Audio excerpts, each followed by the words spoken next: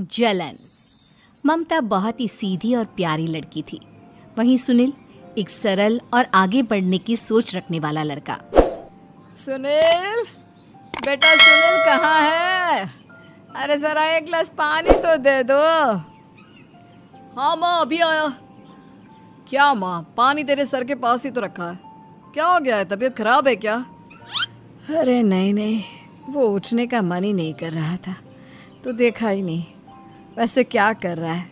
यहाँ बैठ ना मेरे पास। माँ पढ़ रहा था। वो क्या है ना, नौकरी में तो वक्त नहीं मिलता, अब ऑफिस से घर आकर ही तो वक्त मिलता है। अच्छा अच्छा ठीक है, पढ़ ले जा बेटा।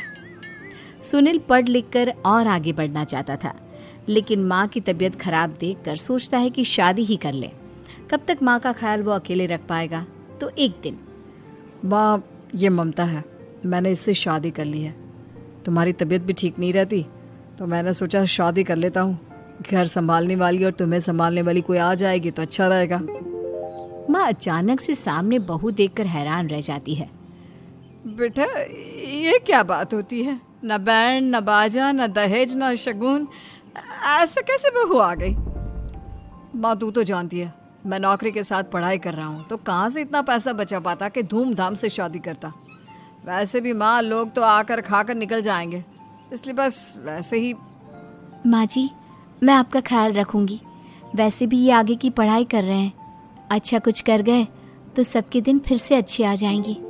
सास को ममता की बात ठीक तो लगती है, लेकिन मन में कहीं ना कहीं लगता है कि कहीं बहू बेटे को लेकर फुर्र ना हो जाए और फिर तो वो रह जाएगी अकेली।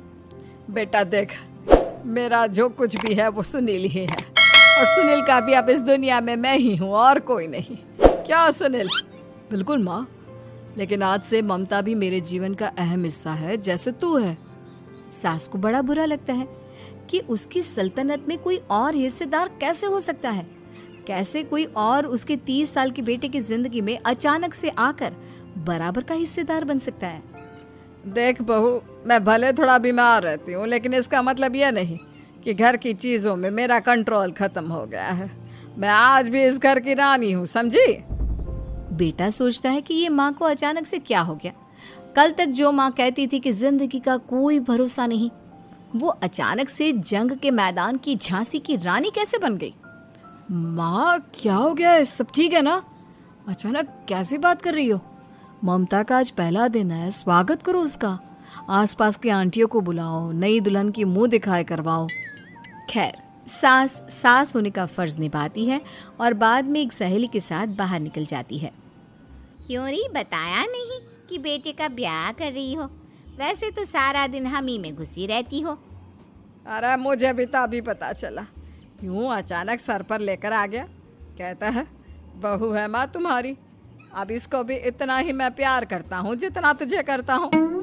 लो जी, ये क्या बात होगी? क्यों इतना प्यार करता है? अरे माँ का प्यार तो ज्यादा होता है।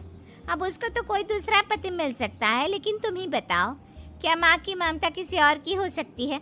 ना जी ना, बेटे को समझाओ ये बात। अरे क्या समझाऊं, मुझे तो खुद ही समझ में नहीं आ रहा कि क्या हो रहा है। जो बेटा कल तक माँ माँ करता था, अचानक से बीवी बीवी का राग आलाप रहा है। देखा, उसकी बीवी ना सुंदर और जवान है। सुंदरता के आगे तो एक से एक नहीं टिके, तो तेरा बेटा किस खेत की मूली है?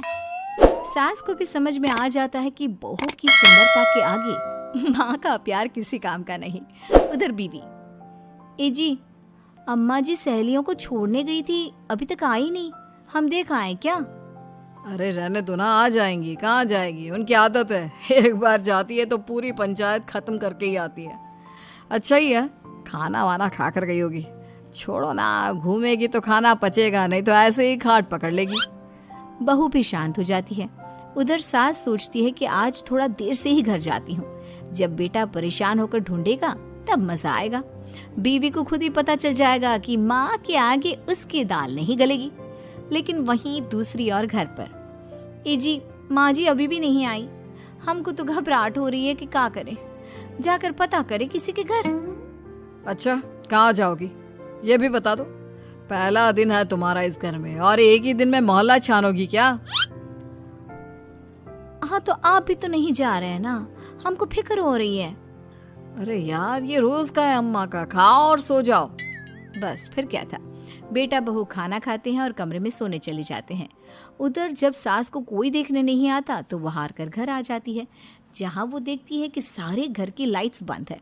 सास को गुस्सा आता है, बहू, ममता बहू कहाँ हो? लेकिन सारे दिन की थकी बहू को ऐसी नींद आती है जैसे किसी ने भांग की गोली खिला दी हो। वो तो नहीं उठती। उठकर आ जाता है बेटा। अरे क्या बात है अम्मा, काहे चिल्ला रही हो? अरे सो जाओ ना, सुबह की थकी है बहू, वो सो रही है। जोर से बोलोगी तो नींद खुल जाएगी उसकी। माँ को गुस्सा आ जाता है। फिलहाल तो सो जाती है, लेकिन मन ही मन ढेर सारा जहर बहू के लिए भरा होता है। सुबह बहू चाय बना रही होती है कि सास धीरे से गैस तेज कर देती है, जिससे चाय का बर्तन जल जाता है। और जैसे ही बहू चाय का बर्तन उठाती है, उसका हाथ जल जाता है। मेरा हाथ जल गया। वो जोर जोर से चिल्लाकर इधर उधर भागती है कि सास थोड़ी देर में उसके हाथ में पानी डाल देती है। हाय रे बहू, क्या कर रही हो? पहली बार रसोई छुई हो क्या? सासू माँ गलती से गैस तेज रह गई थी और बर्तन जल गया, जिससे मेरा हाथ जल गया। हाय, कितना गंदा दाग। छी छी छी छी, मुझे तो उल्टी आ रही है तेरा गला हुआ मांस देखकर। तू ना मुझे अभी साथ से खाना मत लगाना। बहू भी खुद का हाथ देखती है तो उसे भी रोना आ जाता है। कुछ दिनों के बाद सास की सहेली आती है, बहू चाय बनाकर लाती है। उसके जाने के बाद सहेली कहती है, बहू की सुंदरता ऐसी है कि कोई भी दीवाना हो जाए। वैसे तेरे बेटे का क्या हाल है? अरे वैसा ही है, बहू के पीछे लट्टू। क्या करूं, कुछ समझ में नहीं आ रहा। मैंने तो बहू के चेहरे पर दिवाली के पटाखे की चक्री फेंक दी, उसका पूरा चेहरा जल गया। अब देखो ना रही सुंदरता, और ना ही अब मेरा बेटा उसे पूछता है। अरे अब तो वो उसे छोड़कर दूसरी भी देखने को बोल गया है मुझे। बहू सारी बात सुन रही होती है। आंटी एक बात बताइए, क्या भरोसा है कि दूसरी सही आए और आपके अनुसार रहे? देखिए आंटी, मेरी सासू माँ को गलत बात सिखाने की जरूरत नहीं है। हमारा परिवार साथ में खुशी से रह रहा है। देख बहू, मेरी सहेली की बेइज्जती ना कर, वही अच्छा रहेगा तेरे लिए, समझी? बहू नहीं मानती है। वो बार बार उनकी सहेली को घर से निकल जाने को कहती है। तभी सास की सहेली पास के चूल्हे से लकड़ी लाकर बहू के चेहरे पर लगा देती है।